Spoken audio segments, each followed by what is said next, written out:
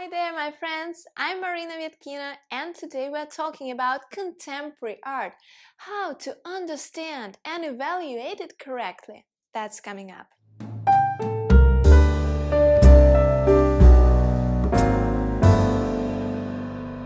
Please tell me how many times you've heard people saying, "Well, I don't get contemporary art. What it's all about? My 2-year-old can do that." And other popular exclamations from those who are not used to the topic.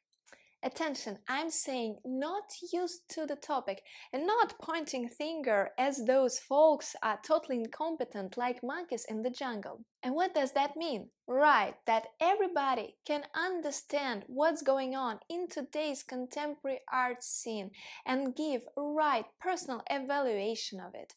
No rocket science, and today I'm gonna teach you how to do that easily. And the trick that I'm going to share with you today is not only useful for contemporary art, it will be also helpful for understanding the whole art produced by entire mankind. And I guess you will agree with me that every art in its period of time was a contemporary one.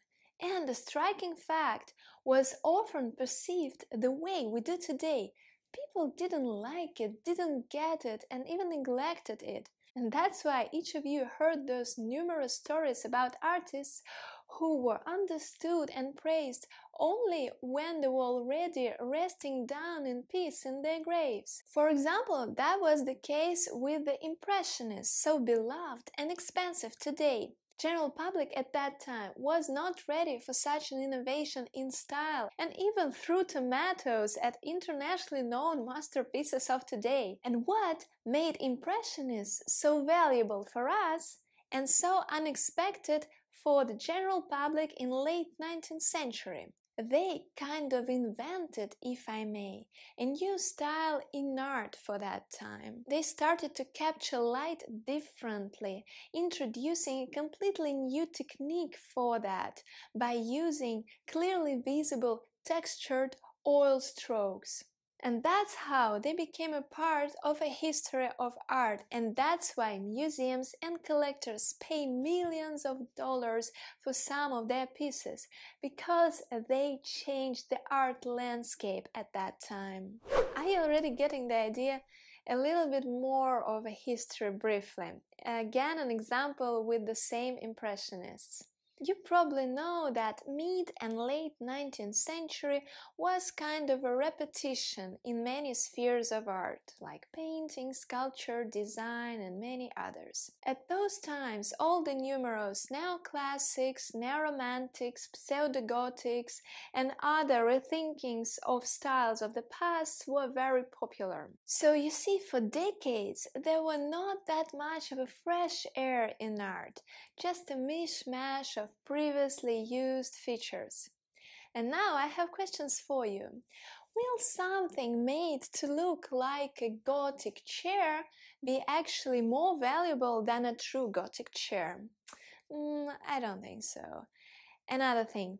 Imagine an imitation of a Rococo painting frame to be more exquisite than a true Rococo frame of 18th century. No, I don't think like that. But why so, you can ask me? Because it seems absolutely doable to make something just the way it was done before. And here is the trap.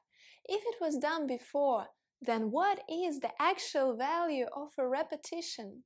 Now I'm sure you've got the idea. In each epoch, an artist, a good one, asks him or herself a question about his art. Why am I doing it?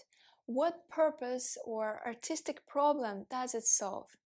And if his artwork was quite innovative, beautifully balanced, and, very important, was in line with the zeitgeist of the present, then it could have the opportunity to become meaningful for the history of art. That was the case of Impressionists. They actually had a choice to continue making art in the taste of 18th or beginning of 19th century. However, they stepped out and made something totally new that engraved their names in the history of art development. Now you see that artists of today, as long as they have a will to produce something new and valuable, and not just paint flowers and portraits to make their living.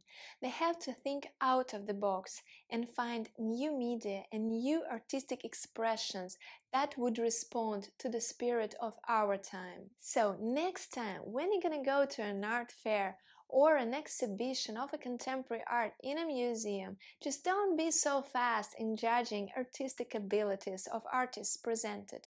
Think of how their methods and techniques are in tune with today's world. What could be an artistic problem that an artist is solving with his art? How innovative and at the same time balanced it is. And that's how a contemporary art should be perceived and evaluated in any period of time. Thank you for being with my channel tonight, and I invite you all to the discussion. What do you think of contemporary art?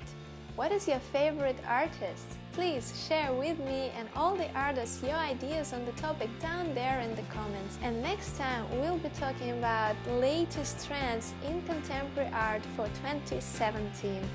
Please subscribe and stay tuned. Bye bye!